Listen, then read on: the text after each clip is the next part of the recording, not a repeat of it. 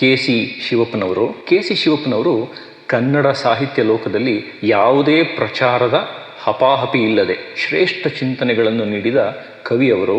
ಅವರು ನಿಜಕ್ಕೂ ಒಂದು ಎಲೆಮರೆಕಾಯಿ. ಇದನ್ನು ನಾವು ನೆನಪಿಟ್ಕೊಳ್ಬೇಕು.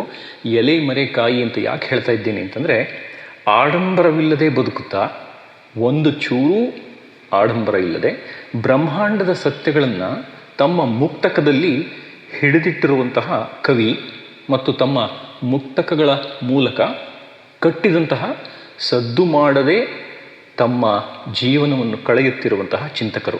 ಇಲ್ಲಿ ಮುಕ್ತಕಗಳು ಅಂತ ನಾನು ಹೇಳಿದ್ದೇನೆ, ಆದರೆ ಮುಂದೆ ಅದನ್ನು ಬೇರೆ ರೀತಿಯಲ್ಲಿ ಹೇಳಲಿಕ್ಕೆ ನಾನು ಇಷ್ಟಪಡ್ತೇನೆ.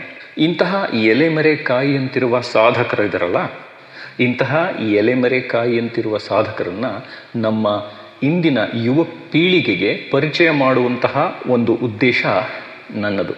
ಜಗತ್ತಿನ ಕಣ್ಣಿಗೆ ದೊಡ್ಡದಾಗಿ ಕಾಣಿಸದೇ ಇದ್ದರೂ ತಮ್ಮ ಸಾಹಿತ್ಯದ ಮೂಲಕ ಸದ್ದಿಲ್ಲದೆ ಸಮಾಜದ ಪ್ರಜ್ಞೆ, ನಾವು ಕಟ್ಕೊಳ್ಳಿ, ಸಮಾಜದ ಪ್ರಜ್ಞೆಯನ್ನು ಜಾಗೃತಗೊಳಿಸಿದ ಶಿವಪ್ಪನವರು ಸಾಹಿತ್ಯ ಲೋಕದ ಅಪರೂಪದ ಎಲೆಮರೆಯ ಕಾಯಿ. Truly a hidden gem of Kannada literature who silently enriched our cultural landscape with a profound cosmic wisdom without ever seeking the limelight. ಇಲ್ಲಿ ಇಂಗ್ಲೀಷ್ ಬಳಸುವಂತಹ ವಿಚಾರ ನನಗಿರಲಿಲ್ಲ. ಇವರು ಹಲವು ವಚನಗಳನ್ನೇ ಬರೆದಿದ್ದಾರೆ, ರಚಿಸಿದ್ದಾರೆ. ವಚನಗಳು ಅಂತ ನಾನು ಇಲ್ಲಿ ಯಾಕೆ ಹೇಳ್ತಾ ಇದ್ದೀನಿ ಅಂತಂದರೆ, ಇದು ನಿಜವಾಗಲೂ ವಚನಗಳು. ಚೌಪದಿಯ ರೂಪದಲ್ಲಿರುವ ವಚನಗಳು ಎಂದರೆ ತಪ್ಪೇ ಆಗೋದಿಲ್ಲಪ್ಪ. ಚೌಪದಿಯ ರೂಪದಲ್ಲಿರುವ ವಚನಗಳು ಅಂತಂದರೆ ತಪ್ಪಾಗೋದಿಲ್ಲ.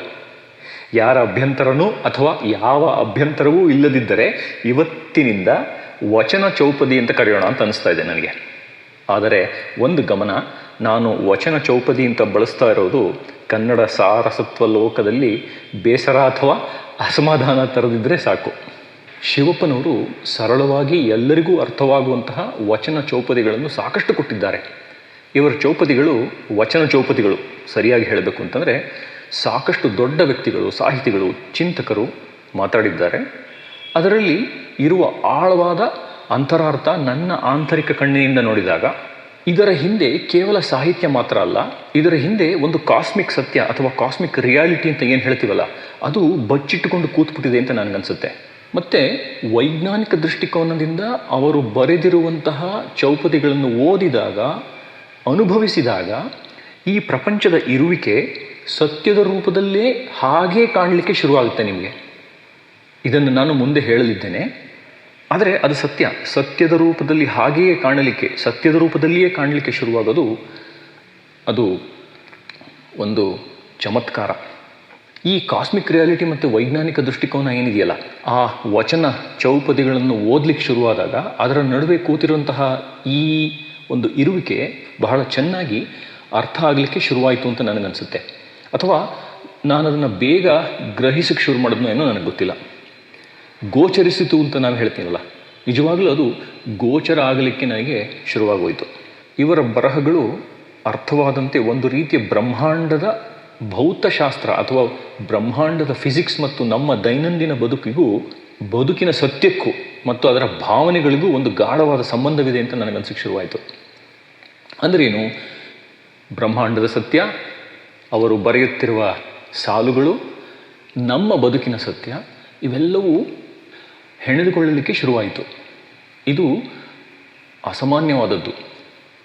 ಹೇಗನ್ಸುತ್ತೆ ನೋಡಿ. ಬ್ರಹ್ಮಾಂಡ, ಪ್ರಪಂಚ, ಬದುಕಿನಲ್ಲಿ ಆಗುತ್ತಿರುವ ವಿಚಾರಗಳ ಬಗ್ಗೆ ಸಣ್ಣ ಸಣ್ಣ ಸಾಲುಗಳು. ಈ ಸತ್ಯ ಏನಿದೆಯಲ್ಲ, ಈ ಸತ್ಯದ ಭಾವನೆಯ ರೂಪದ ಸತ್ಯ, ಅಥವಾ ನಾನು ಹೇಳ್ತೀನಿ ಅಂತಂದರೆ ಭಾವನೆಯ ರೂಪದ ಸತ್ಯ, ನಾನು ನಿಮ್ಮ ಮುಂದೆ ತರಲಿಕ್ಕೆ ಇದೊಂದು ಸಣ್ಣ ಪ್ರಯತ್ನ ಮಾಡ್ತಾ ಇದ್ದೇನೆ. ನಾವಿಬ್ಬರೂ ಸೇರಿ ಈ ಜ್ಞಾನದ ಪಯಣವನ್ನು ಒಟ್ಟಿಗೆ ಪ್ರಯಾಣಿಸಿದರೆ ಪರಸ್ಪರ ವಿಚಾರ, ಜ್ಞಾನ ಹಾಗೂ ಅರಿವಿನ ವಿನಿಮಯ, ನಾಲೆಡ್ಜ್ ಎಕ್ಸ್ಚೇಂಜ್ ಆಗುತ್ತೆ ಅನ್ನೋದು ನನ್ನ ಗಾಢವಾದ ನಂಬಿಕೆ.